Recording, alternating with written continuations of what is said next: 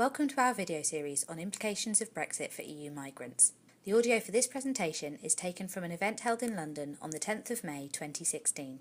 The research presented here is from the project Expense Turns to Investment and is presented by Josh Moran of the Centre for Population Change at the University of Southampton. Whether EU nationals should be given access to benefits is a prominent topic in the public debate about the UK's membership to the EU. The argument has been that they claim benefits and take advantage of an already stretched health, education and housing system without giving very much in return.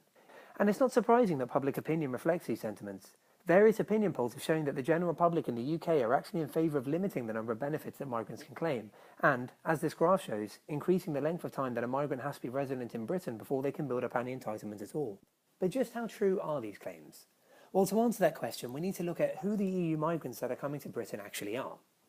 Recent analysis of the 2011 census data shows that around two-thirds of EU migrants living in England and Wales are of working age. That's just under 70%, and this compares to just over half of those born in the UK.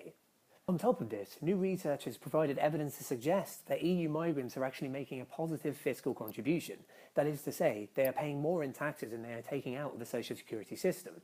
But policymakers have reacted to public sentiment by restricting the number of benefits that migrants can actually claim.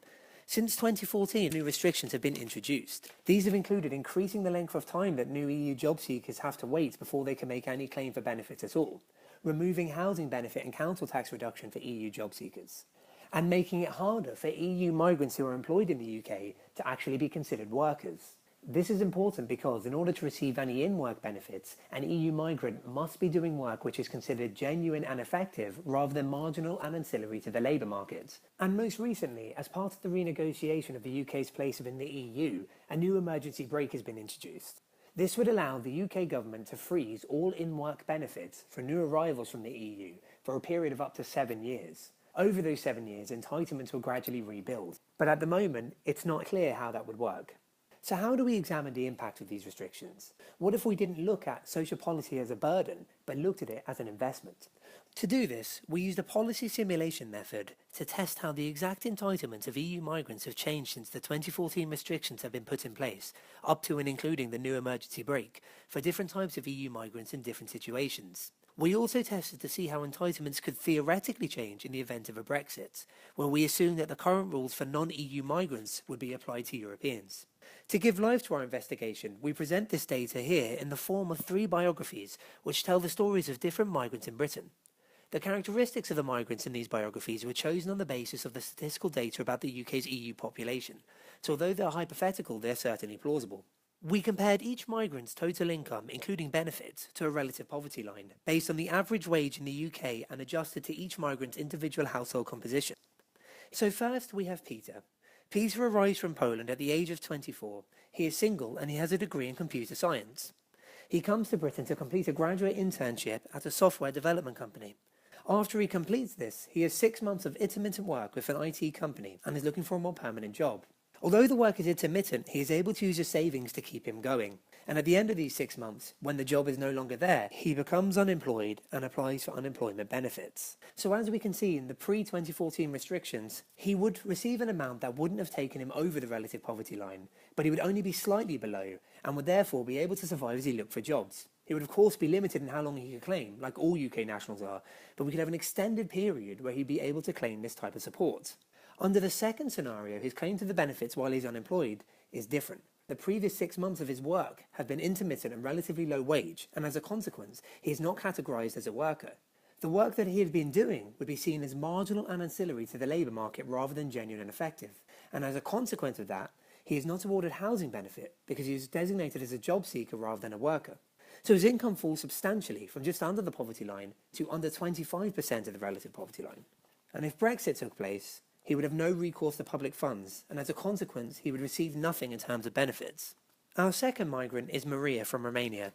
She is 30, she is a single mother of a 5-year-old child, and she has secondary education, so she comes to the UK with relatively mid-range skills, but she does have the strong ambition to become a nurse. To try and achieve that goal, she gets a job in care work, and after 18 months she decides that, in order to settle in and feel secure, she wants to start training to become a nurse. During those 18 months, she earns the average wage of a care worker in the UK and is entitled to receive in-work benefits. So how strong a position is she actually in after 18 months on the basis of the support that she receives to actually take that decision? Well, under scenario 1, after she comes to the UK, she would be entitled to various benefits as a worker. The blue segment represents her wage, but then she has council tax reduction, child benefits, and working tax credits on top of that, which would take her above the relative poverty line. This means that she'd be relatively secure, and she might even be able to save as a consequence of being supported in this way. However, in the second scenario, that is the post reform scenario, her situation could become much more difficult. If the government were to implement the emergency brake, then she would be entitled to no in-work benefits for 7 years after she arrives.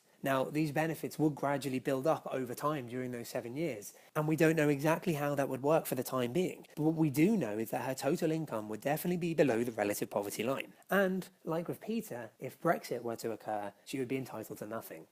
Our final biography features Manuel. He's from Portugal, he is 32 and he has a wife with 2 young children. He's educated to degree level and his UK journey is a bit different. He wants to set up a wine importing business in the UK and, after founding it, it starts to go quite well. It's set up, but it isn't really providing that much in the way of income. It is providing enough for him and his wife to survive, his wife working part-time, with the support of child benefit to just get underneath the relative poverty line for his particular household type. So Manuel wants to act entrepreneurially. He wants to expand the business and he wants to improve profits so that he can expand on his income. To do this, or at least one way of doing this, he applies for either public loan or public grant schemes. He attempts to get £50,000. In the first 2 scenarios, he would be eligible for various funding schemes, and he might get the money that he requires. However, if a Brexit were to occur, his eligibility for schemes would be drastically cut. So what might happen to our 3 migrants? Well, we know they are productive, i.e. they want to build careers in the UK. We know they are willing to take risks, i.e. they wouldn't mind taking a cut in their income in order to train. And we know that they're entrepreneurial. So there is every chance that they might try and persevere and they might try and stay in the UK if the latter 2 scenarios were in place and they were well below the relative poverty lines. But the risk is greater that they could give up. And what does that actually mean? Well, Peter, he could move to Germany, for instance, and go work in Silicon Saxony and contribute there. Maria, unable to support herself and not confident enough to take training because her income has been too low, might go back to Romania, where she could get a scholarship to go and study somewhere else, such as the United States. Manuel could relocate his business. He could go to Dublin, he could have better entitlement to social security so that it'd be easier to get by, and at the same time apply for public funding whilst he keeps his contacts in Britain. So what are the implications of this for policy? Well, we've shown that typical EU migrants who are young, qualified and have entered the UK to be economically active would find it very difficult to get by and actually do this if support is tightened. Although support was actually relatively strong before 2014, reform to discourage benefit tourism have weakened support for active EU migrants. We hope you found this presentation informative. If you would like to read more about our work, please visit our website www.cpc.ac.uk.